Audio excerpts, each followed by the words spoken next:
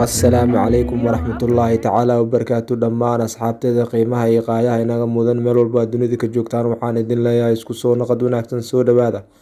Fadlan haddaad ku cusub tahay janaalka barta youtube-ka aan ku neelahay fadlan like saar video marka hore kumitigan fikirkaaga inoo reeb subscribe-tan inoo taabo. Waxaa inoo socday barashada luqadda Turkiga Turkish cashirkii 10aad kaas waan ku qaadan doonaa wada sheekaysi ama wada hadal.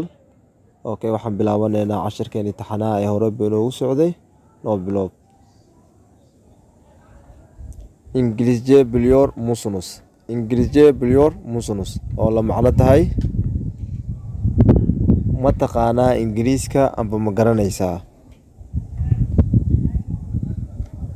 Ingilizce macnaheedu waa Ingiriis amba English sidaa u taqaanid. Biliyor musunuz macnaheedu waa ma taqaanaa amba ma garanaysaa?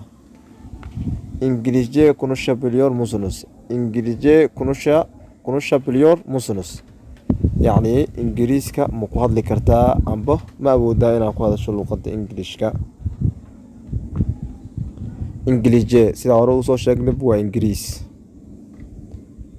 Konuşabiliyor musunuz macnaheedu waa ma ku hadli kartaa amba ma taqaanaa inaad ku hadasho luqaddan waay.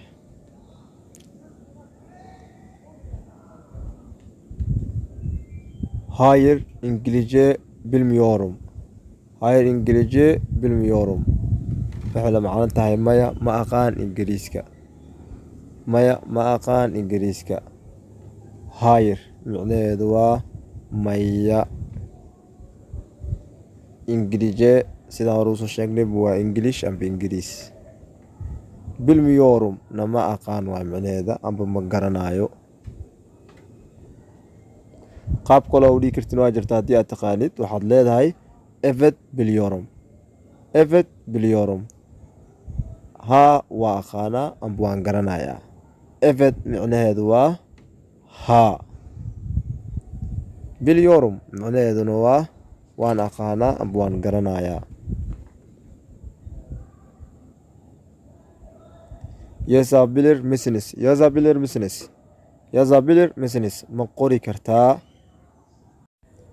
inta ayaan kusoo gabagabeyneynaa dhammaan asxaabta qiimaha ee qadarinta inaga mudane. intaan cashirka xiga ku kulmi doono waxaan idinkaga tegahayaa sidaa iyo nabadgelyo. wabillahi